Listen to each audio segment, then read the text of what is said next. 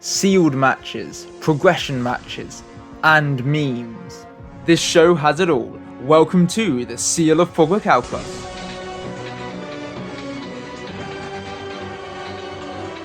Hello and welcome to episode 31 of the Seal of Progrichalcos. I'm your host Bembo, and last episode we rinsed Tobias Asini absolutely completely dry. It's dry, Jerry. Dry as a bone. He managed to get only one win as we managed to accelerate our lead all the way up to 208 to his measly 141. Despite our dominance, Tobias has elected not to ban or limit any of our cards, so this is the ban list we'll be working with going forward for this episode. First up, it's Stardust Overdrive. Now this was released in November 2009 and didn't really do a whole lot for the game. Looking at the secret rares, there's a few cards here though that do stand out. First off, obviously Archlord Christia, an insanely strong card in any kind of fairy control list. Back in the day, this was incredibly strong with the Agent deck, as that was coming out around this time as a structure deck. Obviously later down the line, any sort of fairy deck that is able to readily manipulate its own graveyard, such as Dark Lords or Drytron, have made really good use of this card. Dark Simorg is a favourite of mine. I absolutely love this card, and I love the fact that they're trying to build chaos monsters for different attributes. So this guy works with winds and darks, and you banish a wind and dark from the graveyard. While he's on the field, the opponent can't set cards. I used to run a really fun deck using this card and Anti-Spell Fragrance to just lock out the opponent from being able to use back row whatsoever. You're a psychopath. Good times. The other secret rares don't do too much though. In the rares, we of course get Jin release of Rituals, instrumental in the Jin lock, once we get to the Necros era in, just after Duelist Alliance. Very strong card, but didn't see too much play on its initial release. The Fortunators are trash, although the water is usable in these weird like Exodia builds where, because its effect is not a hard once per turn, you can just draw infinitely if you can loop it, okay? Oh dear. She's stuck in an infinite loop, and he's an idiot. The old Lord British Space Fighter's in this set. Core blimey, what a great card. I wish I could pull this and go back to the coal mines, innit? What the hell did I just witness? The other rares are pretty much all trash. Dark Rabbit is just funny that we finally got this Maximilian Pegasus card randomly in this 5Ds era set. Likewise, the Ultra Rares don't really contain any playable cards. We of course get more Earthbound Immortals that never did anything. Kakimaru Maximus also didn't do anything in real Yu-Gi-Oh, but was a bit of a menace in early Duel Links. Green, He's yellow. And none of these synchros ever really saw too much play. Super rares though, we get a couple of cards that have become all-stars in Yu-Gi-Oh's history. Gateway of the Six, Preparation of Rites. They're absolute classics. I remember I went to a sneak peek for this event and got the Karakimaru Beetle sneak peek ultra rare. Not a very good card though. Cool story, bro. None of these other super rares are too usable either. All of the short prints have seen some play in different decks across time. And then there's surprisingly a high number of commons that are really playable. Infernity Necromancer was insane in the Infernity lists. Level Eater, just an absolute format all-star in both Synchro era and then Link era, just an absolutely busted card. Swap Frog, of course, instrumental in any kind of Froggy list, and the Paleozoic lists way down on the line. Gemini Spark for the Little City decks, utilising stuff like the Neos Alias as removal, and any kind of Gemini deck this card is good in. Pointer of the Red Lotus, another absolutely busted card. It took a few years for people to cotton on that this card is actually a really good way of dealing with any silver bullet cards in the opponent's hand if you're going first, but once it was discovered, it was quickly limited and then thankfully banned because it's so OP. And as a final icing on the cake, we get Quick Draw Synchron, instrumental in basically every Synchro list ever made.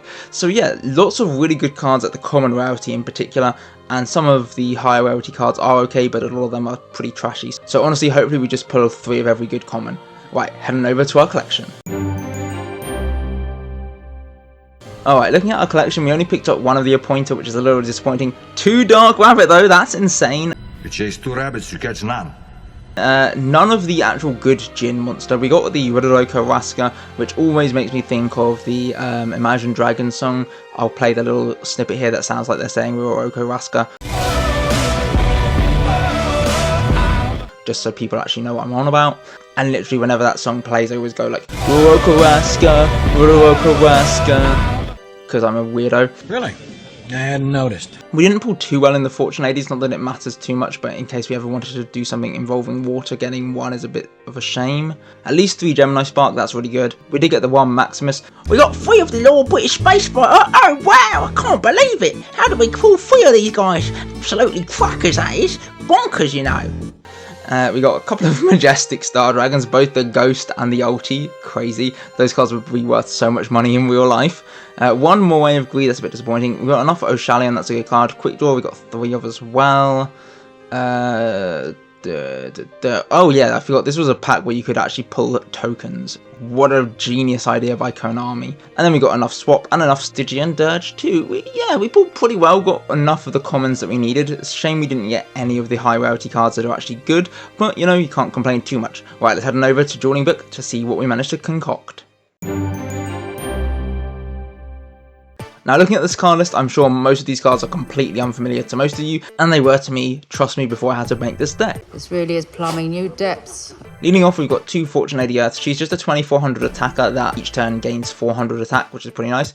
We've got 3 Sea Panther. This guy's just a 1900 vanilla essentially, and to keep him on the field we have to reveal a water monster in the end phase. That's why we are playing the triple swap and the triple Oshalion, even though the swap has like no other synergy in the deck.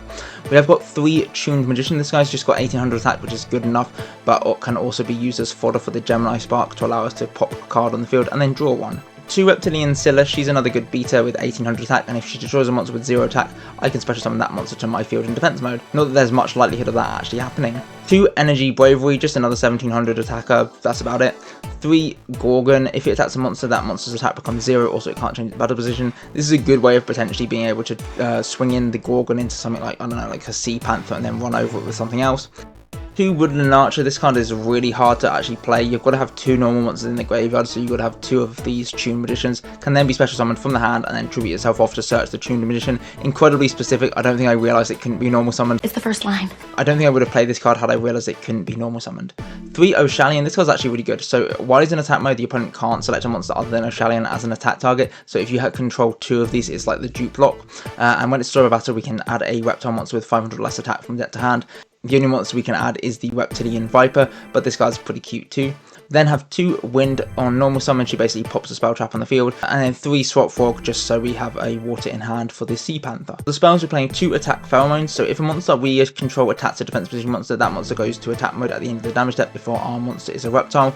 So we've got a few reptiles here, obviously with the Scylla and the Gorgon. This is potentially a decent way of dealing with Tabas's problematic defensive threats, not that there are too many in the format. 2 Herculean Power, if Tabas controls a monster and we have nothing on the field, we can use this to freely special summon the Tuned Magician from our hand, and then we normal summon him or just use him as fodder for the Gemini Spark. Just a good way of getting monsters on board. 2 Molting Escape, this card's actually really good, so we equip it to one of our reptile monsters, and if the equipped monster will be destroyed a battle once a turn, it's not destroyed, and it gains 300 attack at the end of the damage step each time this effect is applied.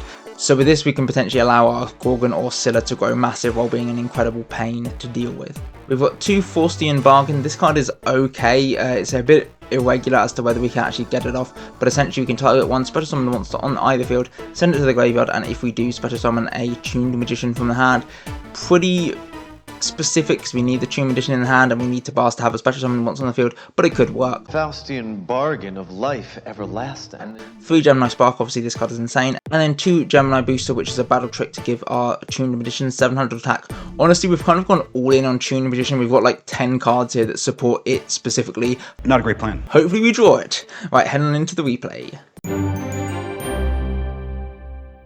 This time I've actually remembered to mute Dueling Book because that was a flipping disaster last episode. I again apologise for my audio issues because I am so bad at actually getting this setup correct for this series. I don't accept your apology. Hopefully now, with that muted, this mic at max gain, things are looking up.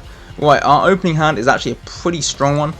We're going to go for the Energy Bravery, just a nice 1700 vanilla, and see whether Tabas has anything stronger. He's going to go for the Oshalion and the Spider Web, plus the Molting Escape. Okay, so that's fair enough. That will boost the Oshalion up to 1700 should we try and attack it. So we are just going to attribute the Bravery for the old Earth, bumping herself up to level 6 and having 2400 attack. We're not going to attack because Spiderweb will turn our monster to defense mode, and that's pretty problematic for us for some reason. Right, Tabas are going to tribute down for the Reptilian Medusa. Sweet Medusa. Giving it the Molting Escape and then using its effect to donk our Earth to 0. That's a bit problematic. I mean, thankfully you've got the spiderweb on the field, so you're basically providing your own out to this. We are going to use the wind, popping the molten escape, and then using wind to be able to deal with the Medusa. At this point, Tobias is drawing into nothing, and it's our turn yet again. Right, the earth will get even stronger, becoming a nice 1200 attack, and we're going to give the molten escape to our Oshalion, dealing a sweet 1400 here. Oshalion will go to defense mode, and this is just a really annoying way of prolonging the game state, Tobias. Thanks very much. Right, finally our wind can be turned back into attack mode. We're going to summon the Sea Panther and just battle on in, donking for a nice 3400, and then in the end phase the Sea Panther will die. Tobias just passing, and now we can turn our Oshalion vertical, tribute off the wind for the earth, and this should be the game. Oh, it's not the game. Tobias is going to go for the Limit Impulse. Send 2 cards from the hand to the graveyard to summon 2 soul tokens. Okay. Discarding the Level Eater and the Reptilian Viper, Tobias just about lives in the game, and our monsters go sideways yet again. Get me out of my misery, Tobias. Right, he's passing. We're going to discard the Sea Panther, summon the Swappy Frog, and then mill out another Swap Frog from the deck. Then go down for the old Reptilian Gorgon. This way at least we're dealing a little bit more damage than just summoning the Sea Panther would have done. Putting Tobias on a sweet 400. Next turn you lose. This turn I win. Into the scintillating game 2. Please don't open with the Spider's Web, Tobias, because that card is nightmarish. Right, the Tuned Magician will get summoned for Tobias, and we're going to match it with our own Tuned Magician. Crashing the Tuned Magician. Into a Tuned Magician. How long have you been in the Force? Tobias is just going to set down one and pass the turn. We're going to go for our Gorgon here, see whether we can get on into whatever Tobias has newly set. It is a Level Eater. Okay. Tobias just... What are you doing? What are you doing? Just passing? Okay, we're going to go for the attack pheromones. Summon down our second Gorgon. This is the all Gorgon field. Man does not behold the face of the Gorgon and live. Here, Tobias just setting again. Right, we're just going to keep the Reptilian train going. Summoning down our Scylla. No fear of defensive threats. Level Eater will fade to our Gorgon, and then the Scylla and the Gorgon will punch on in for a nice 3200 here. Oh, well that was blissfully quick. Wait, moving on to the next set, Absolute Powerforce. Now, Absolute Powerforce was the first core set of 2010, releasing in February, and contains some good cards, but a lot, and I mean a lot, of trash. You're trash. Absolute Powerforce. Starting off looking at the Ultra Rares, Battle Fader is a card that has seen a lot of play in Yu-Gi-Oh's history, just as a way of being able to stave off battle phases is very strong, especially as it doesn't need to commit to board to do that, so it's a very good hand trap, similar to Gauze. Obviously being playable in stuff like Exodia and Final Countdown, and any list that just requires you to stall, and if you're facing any OTK deck, this card can be a really good side deck card to combat them. You also get the Aztec Synchro Monsters in Moondragon Keela and Sundragon Inti. I've always really loved these cards design wise and the cards that support them, but they weren't very good on release, and even when we got the much belated Legacy support just a couple years ago, they still didn't really do too much, sadly. XX Saber Hyunlei is very strong for the X Sabers. Just being able to pop 3 back row on summon is insane.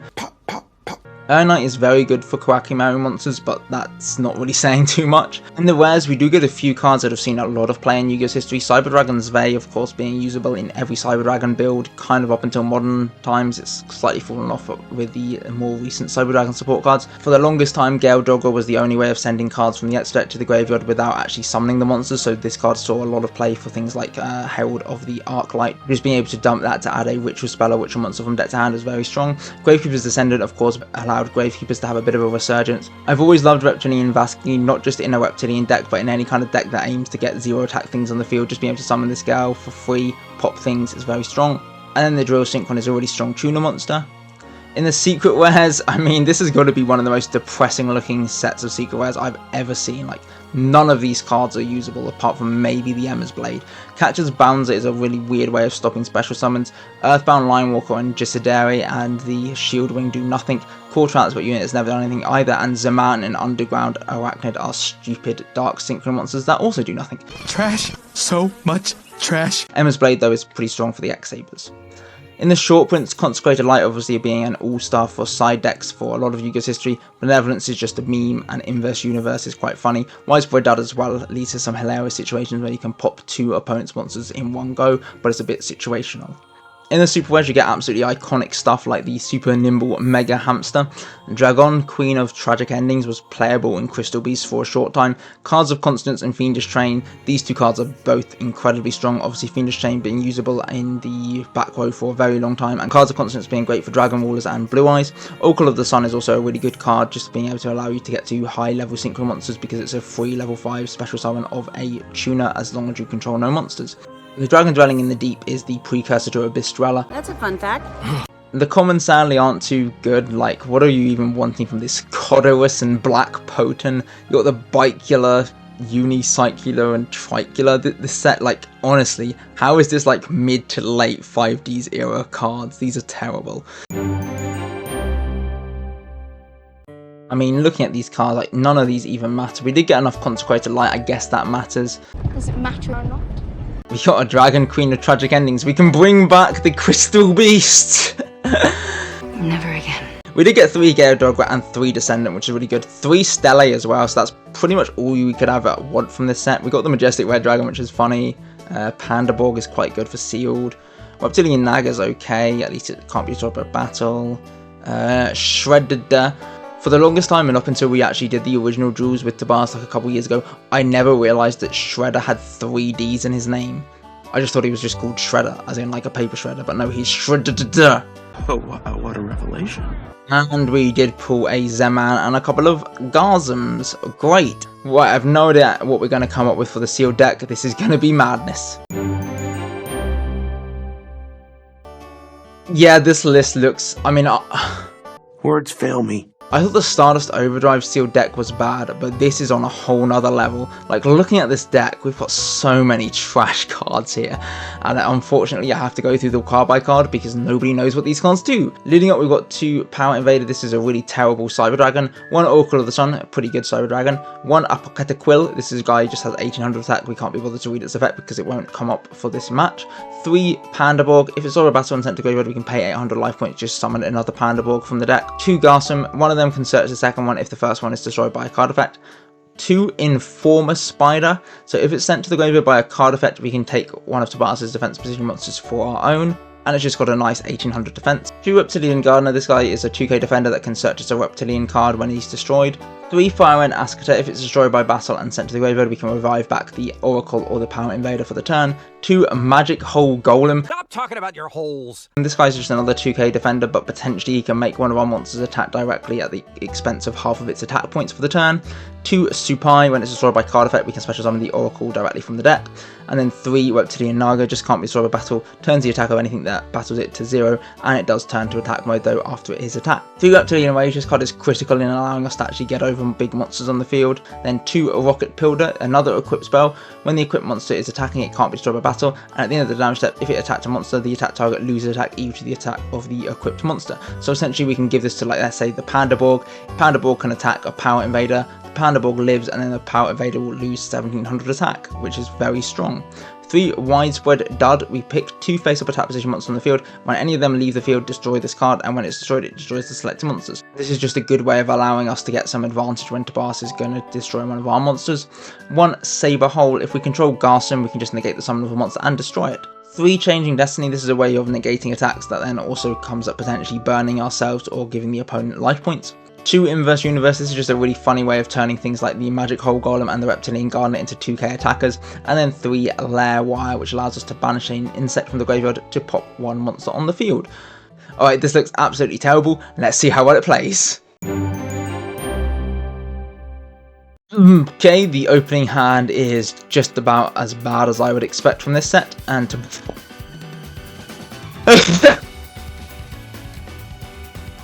Tobias is leading with Unicycular. Perhaps you're trying to lose.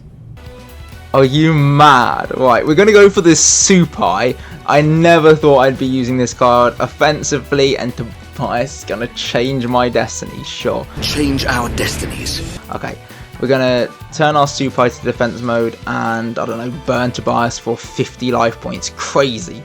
Lots and lots of damage. Right, we're going to set down 4 back while we ain't afraid of no heavy storm. And this power supplier, Once per turn, you can select the monster you control. It gains 400 attack while you control this card. A monster cannot gain more than 400 attack from this card's effect.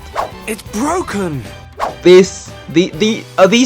are you playing, Tobias? These are the worst cards I've ever seen. Right, we're gonna go for the Panda Borg. Hit on over the power supplier. We don't really want this card buffing another monster next turn because that would be too strong. Tobias is just going to pass after turning his Unicycler sideways. We're going to summon down our Reptilian Naga and give it the Rage so it can get over the Cycler, and then use the Panda Borg to attack indirectly. Alright, Tobias just setting and passing. We're going to go for the Ascato. Like, what are you doing, Tobias? How bad did you build your deck? Okay. We can change our destinies. Another change in destiny. Fine. Return our guy sideways, and we're going to burn Tobias for a 950. Naga will be able to destroy a second Unicycler, and the Ascator will attack indirectly for 700. There's no way this is your deck. We're just going to keep trying. Did we not have changed our guy back to attack mode, or did it? Oh, it can't change its battle position if you change Destiny. Okay, fair enough. I guess this Panda Borg is locked in defense mode. Tobias is now just passing. We're kind of regretting that we filled our back row because it would have been nice to be able to summon a... Oh, 1000 defense is actually huge. We cannot out that. Tobias is just passing. What the hell? Meteor Flare. Oh, Tobias is going to discard the Black Patan and the Weeping Idol to inflict 2000 damage to us. Did you open a different set than I did, Tobias? Because none of these cards are in my deck. Right, we're going to set and just punch on in with the Naga, reducing the Machine King's attack and defense. Oh, Tobias just passing. We're going to pass 2. Tobias is setting. Our turn, we're going to go for the Gazm here and see whether we can get on over the Machine King at last. And then the Naga will try and attack over the Bicula. Okay, you can summon a Unicycler from deck. Go off, Chief. Right, the Ascator will be able to deal with the Unicycler, and Tobias is back on nothing on the field. Right, down comes the Power Invader and the Rocket Pilder. Okay, that's actually a bit of a strong combination, and the Gazm will die here, but then Tobias will just admit defeat because our Naga will kill him next turn. Right, that was the worst deck I think I've ever seen, and I've played Moki Moki before. Roasted! Waste of luck in game 2, I guess. Right, Tobias just going for a humble set monster. We're going to go for 2 in the back row and then the Gazm in the front row. See whether we can deal with whatever Tobias' set monster is. Oh, okay.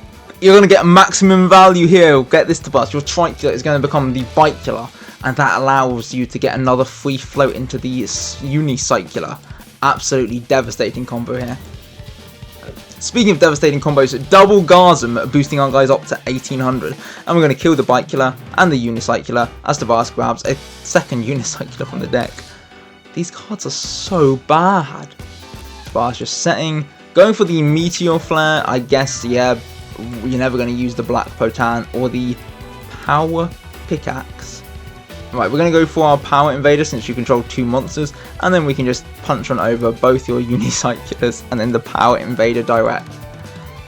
Your go. We're going to summon down our Informer Spider and...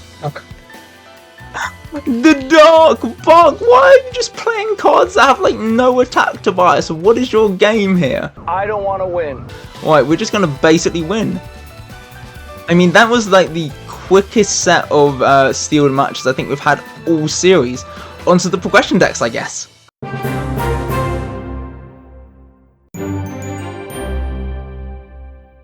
Alright, first up for our progression decks, we are playing the Frogs. I know we don't have the Ron and Toadin just yet, but we've added this swap Frog from Stardust Overdrive, and we really want to give this deck a go before we get to like the Frog FTK territory once the Ron and Toadin comes out. Looking at the list, it's pretty much the same as we played last time with the Wetlands, Level Limit Area B. The Aegis I think might be new just as another way of protecting our Frogs, and then of course stuff like Rivalry and the Solemn Judgment to be able to ensure that Tobias has no fun. Right, let's head on into the replay. Opening hand is insane. Any hand when we see the Substitoad and the swap. Oh, okay, right. We're going to go for the upstart, giving Tobias 3,000 life points here. And then we are going to go for the old Rivalry set down, and we're just going to set down the Flippy Flop and the Mystical Space Typhoon. Tobias is going to go for the MST on our Rivalry here. Seems a pretty good way to start the game, and set down 3 in the back and pass. Okay. We're going to go for the swap fog here, discarding our poison draw fog, summoning out the swap from the hand, which allows us to mill out a dupe from the deck. And we're going to flip over the flip-flop fog and go for the normal summon of the Substitute, using Substitute to tribute the flip-flop fog for the Unifog, then tributing the other Substitute for the Unifog, activating the old Wetlands to combat. Twister is a pretty nice out to Wetlands. It certainly staves off a lot of the damage you would otherwise take here, but our two little Unifogs are able to deal with both of your back row here. Solemn Judgment and the Bottomless Trap Hole disappear. Stop making me laugh. You've got to stop doing this to me, Tobias. Okay, at least the instant fusion means you're going to make a synchro play here. Okay, the Dark Fire Dragon plus the Sunny Pixie, that sounds like an Ally of Justice Catastor to me, which actually in this position is pretty darn strong. No! Yes! Oh my god, I can't believe I'm going to get wrecked by the Sunny Pixie play. Okay, we are going to lose the Unifog to the Chaos Sorcerer, and then the other Unifog to Catastor. At least we don't take the battle damage from that.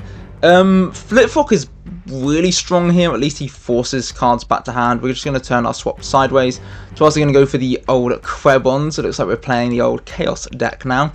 And Swap Fog will fade to the Krebons. Catastor will attack on into the Flip-Flop Fog, and we are going to bounce it back to the Axo deck. I don't know why we didn't bounce the Chaos Sorcerer.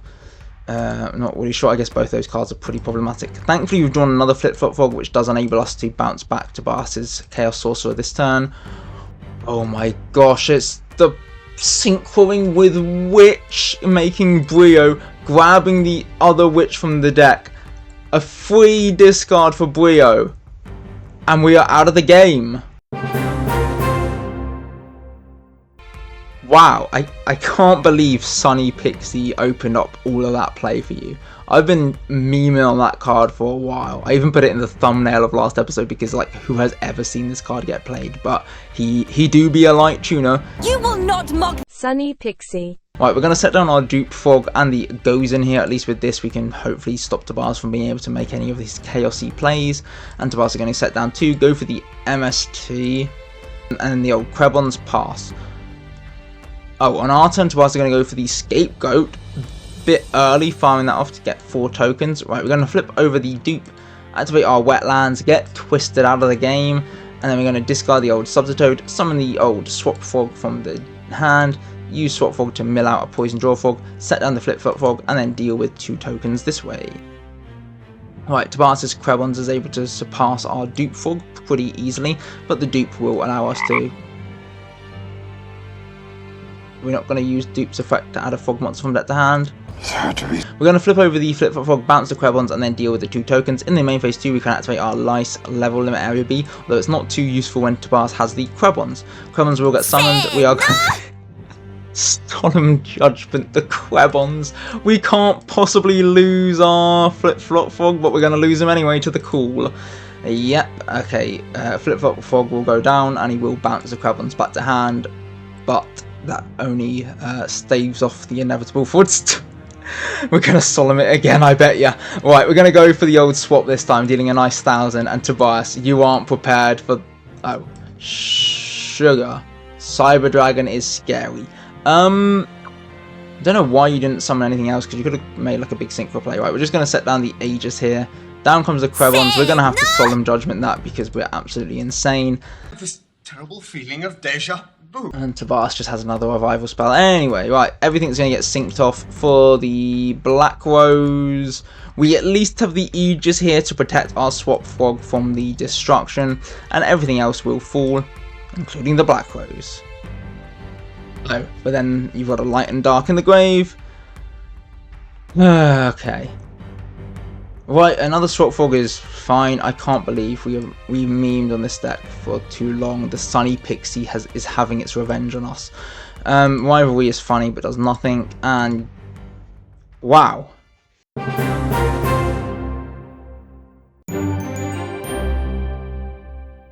Alright, next up we are piloting the Aliens. Now, this deck has historically completely fallen flat on its face, done absolutely nothing, but now we have things like the Oshalion, the Solidarity, and the Alien Dog and Ammonite. Right, our opener is pretty bad, but so is Tobias's. Right, we're going to go for the set 2, set the old little alien grey. Tobias is going to go for the old pot here. Drawing 2, setting down 2, MSTing at random our brainwashing beam, pretty much clues Tobias into what we're playing. Am I just about to get FTK'd? He's going to compulse the Oshalian back to hand, and oh, that's it. Alright, we're going to go for the old shock trooper here, see what we're dealing with, see whether the shock can... Oh. Why don't we play Blackwing? We're against Blackwings. Blizzard will get summoned and bring back the Mistral. I suppose it's better than it bringing back a monster that makes a big synchro, so I'll just take the 1300 and be happy about it, I suppose. We're going to set down the Alien Grey plus our Mysterious Triangle and see whether Tobias is able to crack our little aliens. Yep, our Grey will fade. We're going to put the A counter on the old Mistral, and then Tobias is going to pass. Our turn, we're going to summon down the old Telepath, using his effect to remove Mistral's counter to pop the old Rivalry. I don't think that card will help you too much in this matchup, Tobias. We're going to fire down the old Premature Burial, bringing back the Shock Trooper, and proceed to battle. Hello, my baby. Hello, my honey. Hello, my ragtime gal. Of course. I think the attack is to the end of the turn. Yeah, okay, so we're going to have to use the Shock Trooper to clear the Mistral because we cannot get over the Blizzard. Down comes Dark Resonator.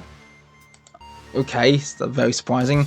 The fact that you've just left this guy in attack mode indicates... Hello, my baby. Hello, my honey. Hello, my ragtime gal. But you have to bait it. We can't actually deal with the Dark Resonator, at least we can just punch in for a little bit of damage. Then we're going to go for the Mysterious Triangle to pop the Blizzard and summon out a second Shock Trooper from the deck, using the Shock Trooper now to clear the Dark Resonator.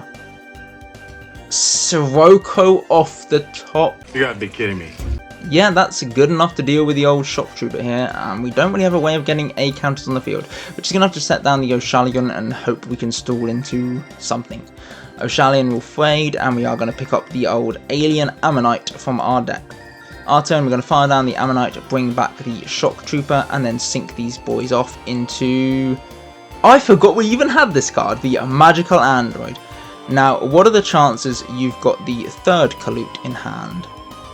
Hello, my baby. Hello, my honey. Hello, my ragtime gal.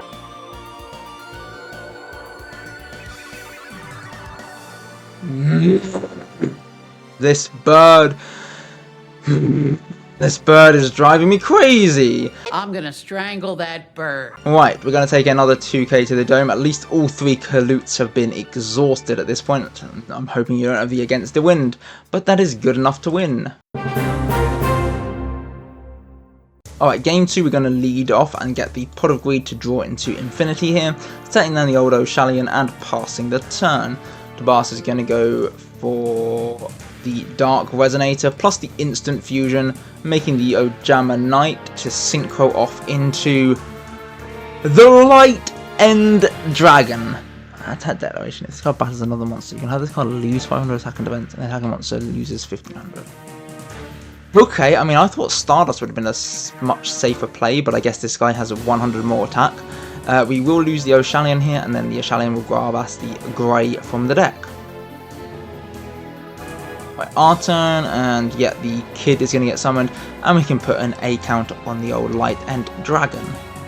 We are then going to special summon the dog because he's free, and put 2 more counters on the Light End Dragon, making sure it loses 900 attack when we battle it. Then we are just going to go for the Mysterious Triangle, just a nice way of being able to deal with it, summoning out from our deck the Shock Trooper just to get in for like 1,000,000 damage here. How much is this? What, 5,000 damage? This is almost an alien FTK, and to be fair, like 5,000 damage is probably the most damage an alien deck has ever done in one turn before. In the main phase 2, we're going to set down our Scapegoat just in case we lose our entire board, and then the Shock Trooper will die thanks to the Triangle. Down comes the Shura and the Borer, and yep, our hopes and dreams of winning a progression duel at this episode have quickly vanished. Your dream has been crushed. Both our monsters will die, and the Mistral will get summoned out from the Shura. Oh, and then they are going to sink into the old Brionac of the Ice Barrier. Very nice. Our turn, do we have a hope? Mommy? Oh. we could do something with the Preemie, maybe. Right, we're going to go for the Preemie, pay a nice 800, bringing... the Crow! Get wrecked, scrub. Oh, we've been absolutely outplayed. Wow, that is devastating. Okay, we're going to summon down the Warrior, and what is the last card in your hand, Tobias? Not a Colute, that is good. I mean, maybe it is burning, you just didn't want to burn it on a crash. Crashing them Alien Warrior. into a... Blackwing Shura the Blue Flame. How long have you been in the Force? Okay, down comes the Blizzard and bringing back the old Shura. And sure enough, a big level 7 Synchro will get summoned. I mean, do you have more than... Oh, Blizzards are 2. Okay, right. Great, you've got 2 Brionacs, just what I needed to know. Okay, double Brio. We're going to go for the Scapegoat to at least stave off some of the life points that we would otherwise take by summoning out 2 tokens to protect us. Down goes the old Alien Warrior. Not sure why, I guess we just want to get the A counter on the Brio. Probably should have set the Grey, that would have been a little bit safer. We are obviously going to lose our Warrior here and place 2 counters on the Brio. Tabas's turn, and another Blizzard, are you kidding me? If you have a 3rd Brionac, I am literally just going to like walk out the room. Okay, thankfully not. Just being able to deal with both our tokens and then another 2300 direct to the dome. We are still living. Let him cook, as the kids say. We are going to remove both A counters to special summon the Overlord from our hand. And now, using Overlord's effect, we can place 1 A counter on each monster you control. Then we will tribute our Overlord off for the mother of all aliens. Am I supposed to be impressed? Unfortunately, she doesn't actually lower their attack by 300, so it's a bit stupid in that sense. We are able to kill the Shura, bring the Shura back to our side, but you know, you just draw a card and put the mother back in our hand, and we lose. So, yeah, well, there goes our mother back to the hand, her effect will activate, and we'll lose the Shura here, and then we die. Well, at least I summoned the mother.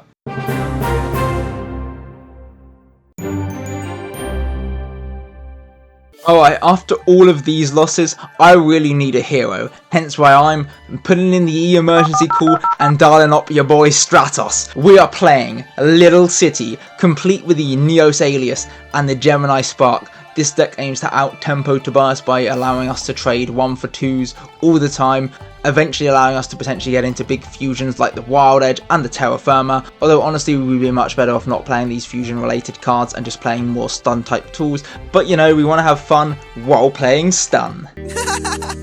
I think rhyming's funny. This hand just looks so strong. Any hand with the Pot and the Stratos is just a hand from your boy Jaden Yuki himself. I hope they cancel this show. Tobias is just going to set down a monster past his first turn. We're going to go for the Pot, drawing the Gemini Spark and the old Woodsman. Then we're going to go for the old Stratos, grabbing ourselves a Neos Alias from the deck. Into battle, we're just going to see whether we can punch over what Tobias has got set down, and it is the Witch. With the Witch, Tobias will grab the Dark Resonator. In the main phase 2, we're just going to set down the Skyscraper to avoid us having to discard for hand size. Down comes the Resonator plus the Instant Fusion, and out of the extra deck comes the Ojama Knight into the old Stardust Dragon. Okay, I do notice you have set up a Light and a Dark in the graveyard. Thankfully not banishing them just yet. We will lose our Stratos here and take a nice 700 damage. It just gets better and better. Right, we're going to activate our Skyscraper. It's going to get twisted. Probably should have waited until the battle step for that, because we've got a second Skyscraper. Okay, that's going to get twisted too. I see how you're playing, Tobias. Right, we're just going to set down the Woodsman past the turn. We might actually lose this because Stardust Dragon can just negate the Gemini Spark. Right, we're going to set down our trap card and summon the Prisma, using Prisma to reveal the Terra Firma just so we can mill out a useless Ocean from our deck and hopefully get to better cards.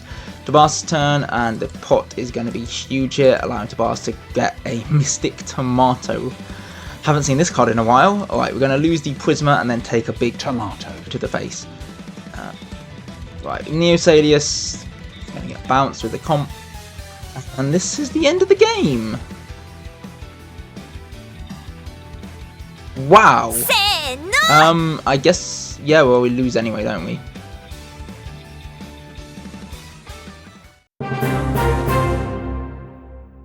Right, into game 2, this time we're going first. We might be able to at least establish a bit of back row before Tobias is able to absolutely overwhelm us. We're going to go for the E-Cool and the Terraforming, grabbing ourselves the Prisma and the Skyscraper out from the deck. We're going to fire down the Stratos, grabbing a Neos Alias from our deck to the hand, and then sending down the old Cool.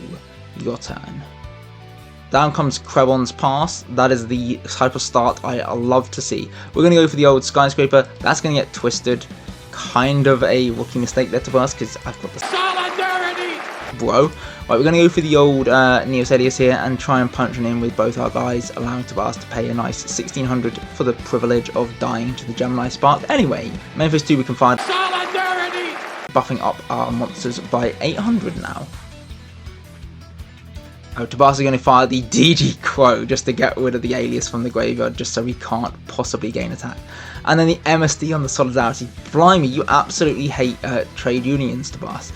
Down comes the Krebons, and yeah, we're just going to have to punch into him twice more. Right, Tobias' turn, and the Witch will get summoned, and then synced off into the Brio. Well, he's going to get the Dark Resonator to hand with the Witch, and then we will lose our Prisma here. Cool is great, we can use this to revive back our Blade Edge, summon down the old Neos Alias, and then is this game 300 and then 29, 37.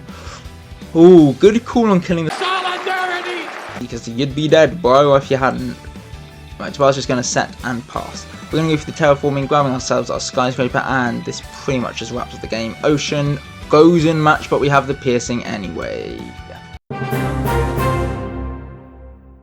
Right, into that all-important game 3, Tobias is going to fire off the Graceful Charity, drawing 3, discarding the Mystical Space Typhoon and the Instant Fusion. We're going to go for our Terraforming, grabbing ourselves the Skyscraper from the deck.